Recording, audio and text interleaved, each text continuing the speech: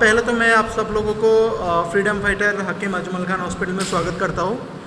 ये press conference लेने का जो मेन कारण है, बेसिकली ये हॉस्पिटल चालू हो चुकी है एंड उसमें जो सर्विसेज लोगों के लिए मिलने वाली है उसकी एक जानकारी देनी है। आपके थ्रू हमें पूरा मुमरावासी, थाने वासी और आजू बाजू के जो और भी रिलेटेड प्लेसेस, दीवा, डोंबिवली और कल्याणशील, इवन थाने मुलुंड तक, सब लोगों को पता चले कि ये हॉस्पिटल चालू हो गई है और इस हॉस्पिटल में ये यूनिक क्या है जो इस हॉस्पिटल में हो रहा है, उसकी एक जानकारी आप लोगों के थ्रू देनी है।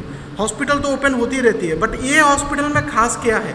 ये हॉस्पिटल भले ही बहुत दिनों से सबकी अपेक्षा में थी कि कब चालू होगी, बट जब चालू हुआ वो ऐसा चालू हुआ कि इसका मिसाल पूरे इंडिया में आप अभी ले ही नहीं सकते। मैं अभी उसके एक एक करके बताता हूँ कैसे। ये हॉस्पिटल पीपीपी तत्व पे चल रही है, मतलब पब्लिक प्राइवेट पार्टनरशिप। थाने म्यूनसिपल कॉरपोरेशन का बिल्डिंग है और उन्होंने मुझे, मतलब मेरी कंपनी को, प्लेटिनम हॉस्पिटल प्राइवेट लिमिटेड को ये हॉस्पिटल चलाने के लिए दिया है। इस हॉस्पिटल में कंस्ट्रक्शन वर्क पहले से हुई थी। हमें देने के बाद हमने उसमें और बढ़ोतरी की, मतलब पहले जैसे ऑपरेशन थिएटर सिर्फ 5 ही थे और वो ऑपरेशन थिएटर सिर्फ स्ट्रक्चर बने हुए थे, अभी हमने उसको 9 बना दिए। आईसीयू बेड्स पहले सिर्फ 20 ही थे, हमने उसको अभी लगभग 65 बना दिए एंड जनरल वार्ड्स भी हमने उसी हिसाब से काफ़ी बना दिया है उधर पे। अभी की फेज़ में इस हॉस्पिटल में जो जो सर्विसेज चालू हो रही है उसमें से मेजर आप समझ सकते हैं कि दिस इज़ एक जनरल हॉस्पिटल कम सुपर स्पेशलिटी हॉस्पिटल है। जनरल हॉस्पिटल कम सुपर स्पेशलिटी हॉस्पिटल में अगर मैं आपको बताऊं कि क्या क्या स्पेशलिटी कवर हो रही है, उसमें जनरल आप समझ लीजिए जनरल सर्जरीज हो गए जो पहले आते हैं। जनरल सर्जरीज जो हमारी मेडिसिन डिपार्टमेंट है, जनरल मेडिसिन, फिर हमारे यहाँ गए ऑर्थोपेडिक डिपार्टमेंट, फिर ऑर्थो के बाद हमारे सुपर स्पेशलिटी डिपार्टमेंट में आ गई urology, cardiology, onco surgery, neuro surgery. ये सारे डिपार्टमेंट यहाँ पे फुल फ्लेजेड चालू हो चुकी है।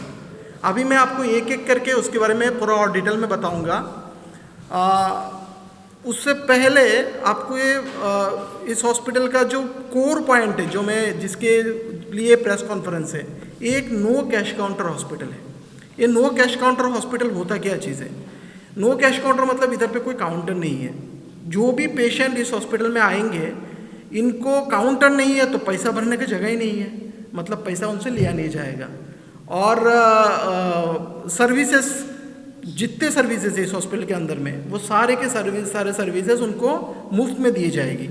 अभी मुफ्त में दिए जाने वाली चीज़ों को 2 कैटेगरी में डिवाइड करते हैं। आपकी जानकारी के लिए बता रहा हूँ, जनता के लिए तो सब फ्री है, सिर्फ आपकी जनता के लिए होने चाहिए। इसको 2 कैटेगरी, एक है महात्मा ज्योतिबा फुले स्कीम, जिसके अंदर में कुछ 1600 बीमारी है जिसका फ्री ट्रीटमेंट दी जाती है, और एक है जो महात्मा ज्योतिबा फुले में बैठते नहीं है, जो कुछ बीमारी है जो महात्मा ज्योतिबा फुले में नहीं कवर होती, उसके लिए पेशेंट को कोई भी हॉस्पिटल में जाके पेमेंट करना ही पड़ता है। इस हॉस्पिटल में दोनों भी फ्री है।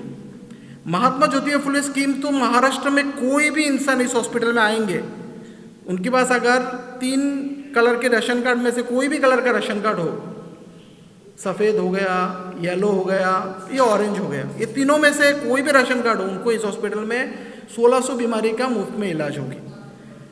नाउ जिनके पास राशन कार्ड नहीं है या जिनकी बीमारी महात्मा ज्योतिबा फुले स्कीम में नहीं बैठ रही है, और वो इंसान अगर मुमरा या थाने म्यूनसिपल कॉरपोरेशन की मतदार हद में रहते हैं, मतलब म्यूनसिपल कॉरपोरेशन की जुरिस्डिक्शन में उनका रेसिडेंशियल एड्रेस है, उसका स्कीम में कवर्ड ना होने वाली बीमारी का भी इधर मुफ्त में इलाज होगा।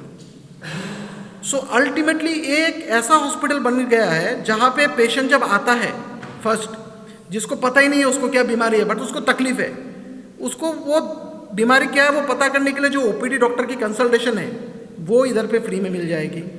कंसल्टेशन में डॉक्टर ने कुछ दवाई बताई, वो दवाई भी पीएमसी के थ्रू उनको फ्री में मिलने वाली है यहाँ पे। दवाई लेने के बाद भी उनको कम नहीं हुआ, पता चला कोई बड़ी बीमारी है कि नहीं, उसके लिए सीटी स्कैन करना हुआ तो वो भी इधर फ्री में होगी।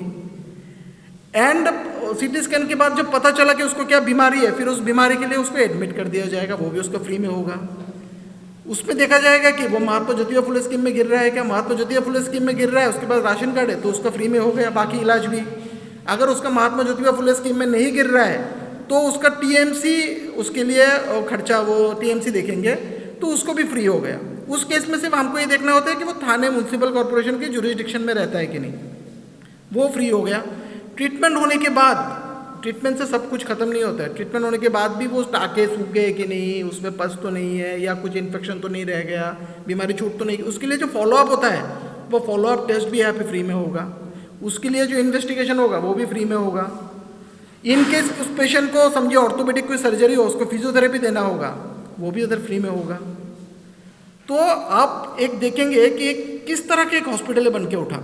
एक तो गवर्नमेंट हॉस्पिटल होती है जहाँ पे सारी चीज़ें मोस्टली फ्री मिलती है, और एक होती है APPP टाइप की सेटअप जो अभी महाराष्ट्र में बन रही है। अभी ये प्राइवेट चलाएगा, क्वालिटी भी प्राइवेट जैसा देगा, मगर पेशेंट को मिलने वाली है सब कुछ मुफ्त। स्टार्टिंग अभी पहले क्या होता, महात्मा ज्योतिबा फुले स्कीम में बताया जाता था क्या, महात्मा ज्योतिबा फुले स्कीम में तो सिर्फ बड़े बड़े बीमारी होती है, छोटी बीमारी क्या, बुखार हो गया, इन्फेक्शन हो गया, अस्थमा हो गया, डायबिटीज़ हो गया, उनका क्या, उनका भी यहाँ पे मुफ्त में इलाज मिलेगा, मुफ्त में दवाई मिलेगी, मुफ्त में टेस्ट होगी। और एक जो बड़ी बात जो पूरे इंडिया में शायद पहली बार हो रही है इस हॉस्पिटल में, वो है हमारे जो पेशेंट है जो एडमिट होंगे उनको अगर MRI टेस्ट भी लगा तो MRI टेस्ट भी यहाँ पे मुफ्त में होगी। तो आप देखेंगे कि पेशेंट को बाहर जाने की ज़रूरत ही नहीं है, सिर्फ इधर आ गए और उसकी बीमारी अगर हमसे ट्रीट करने लायक है तो यहाँ पे पूर्ण तरह मुफ्त में होगी, भले ही वो 2 दिन का ट्रीटमेंट हो, 10 दिन का हो कि 1 महीने का हो। ये एक जो चीज़ें हैं जो भारतवर्ष में एक पहली बार आप बोल सकते हैं कि एग्जांपल शायद महाराष्ट्र में या मुंब्रा में हो गया, तो ये मुंब्रा को एक महाराष्ट्र के ने हमें पूरा तरह से हमें आश्वस्त किया है।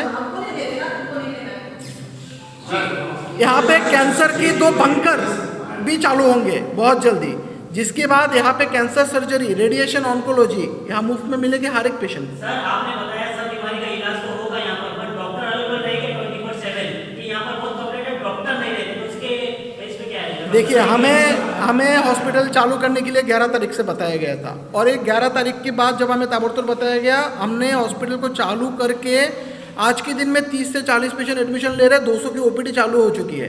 तो आप ये समझ सकते हैं, तो ये समझ लीजिए कि हम लोग पूरी तरह से तैयार है, कोई भी स्पेशलिटी का पेशेंट हो उसको ट्रीट करने के लिए यहाँ पे।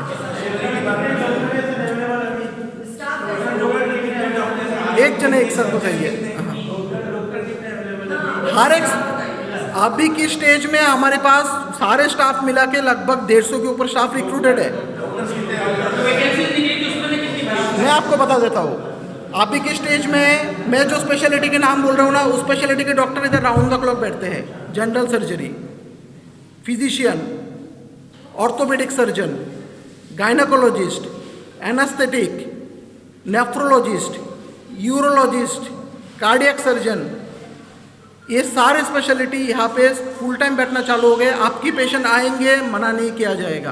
कैंसर सर्जरी और न्यूरो सर्जरी, ये सब के लिए डॉक्टर्स ऑन कॉल है, क्योंकि इसके लिए डॉक्टर बैठे रहना जरूरी नहीं है। पेशेंट आते हैं तो उनका डॉक्टर आके उनको करेंगे। But most of the important चीज़ है, ये पेशेंट को रिफ्यूज नहीं किया जाएगा। पेशेंट आएंगे, सबको सर्जरी मिलेगी।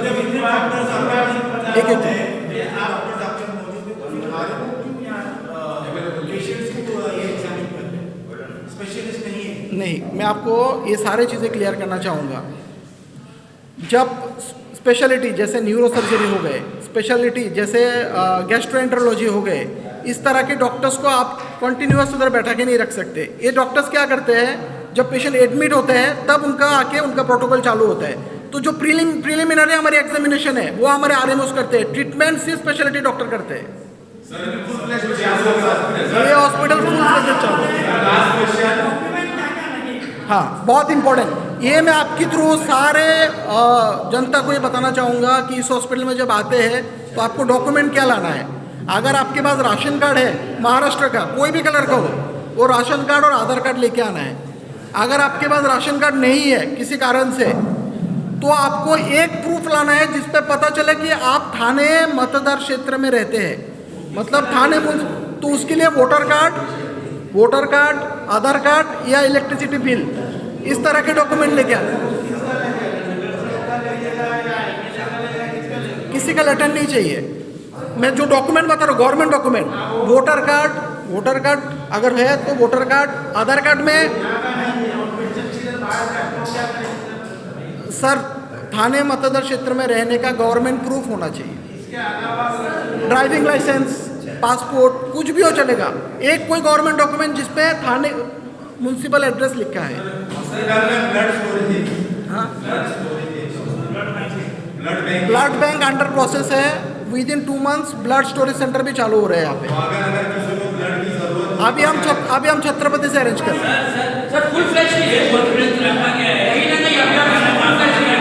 फुल प्रोजेक्ट चालू है।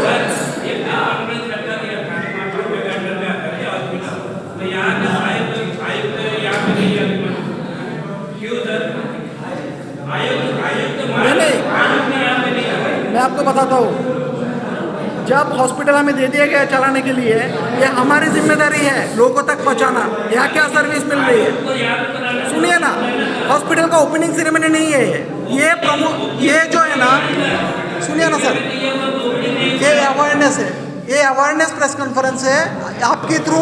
मैं ओपनिंग चालू है, हॉस्पिटल में पेशेंट है आज के दिन। मैं आपकी बात को समझ रहा हूँ, मगर ये प्रेस कॉन्फ्रेंस ना आप ये समझ के लीजिए कि मुंब्रा वासी जो